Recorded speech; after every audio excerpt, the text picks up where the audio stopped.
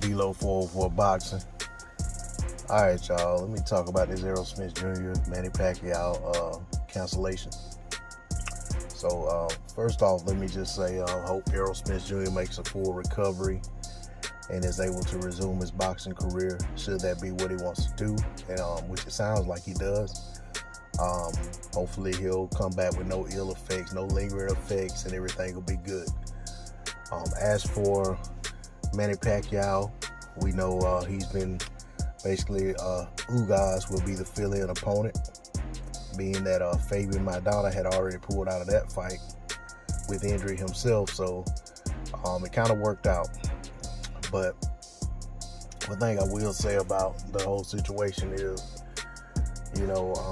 in boxing, it's one of those sports where you just never know. A fight isn't official until the two guys get in the ring, and that has never ring truer, in my opinion, than it has this year.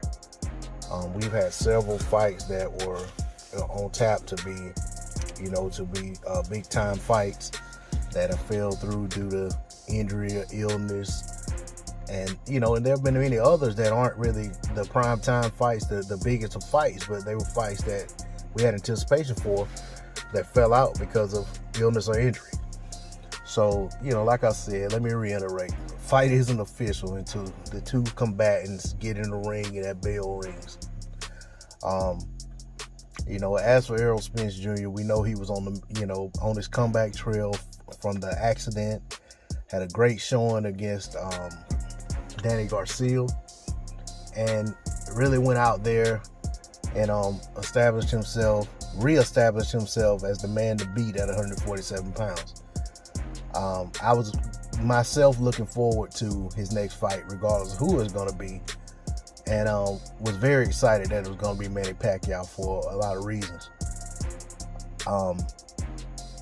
Now, the fact that Errol Spence Jr. has to pull out with this eye injury, I think they're calling it a retinal tear.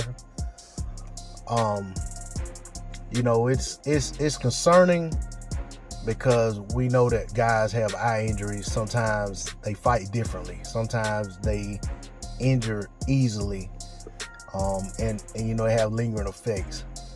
So yes, I'm concerned as a fan. I want Errol to take as much time as he needs to take off following his surgery, and don't rush himself back. And because at the end of the day, boxing will be there.